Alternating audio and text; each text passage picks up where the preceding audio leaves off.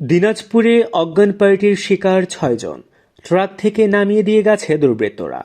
দিনাজপুরের ফুলবাড়ী বাসস্ট্যান্ড সংলগ্ন সড়ক ও জনপদ বাংলোর সামনে একটি ট্রাক থেকে ৬ জনকে অচেতন অবস্থায় নামিয়ে দিয়ে পালিয়ে গেছে দুর্বৃত্তরা।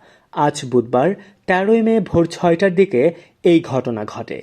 ভুক্তভোগীরা সবাই দিনাজপুর সদরের বাসিন্দা বলে প্রাথমিকভাবে জানা গেছে। প্রাপ্ত তথ্য অনুযায়ী ভুক্তভোগীরা কাজের সন্ধানে ঢাকাসহ অন্যত্র গিয়েছিলেন। ফেরার পথে প্রতারক চক্র তাদের খেজুরের সঙ্গে চেতনানাশক ওষুধ খাইয়ে সর্বস্ব লুটে নেয়।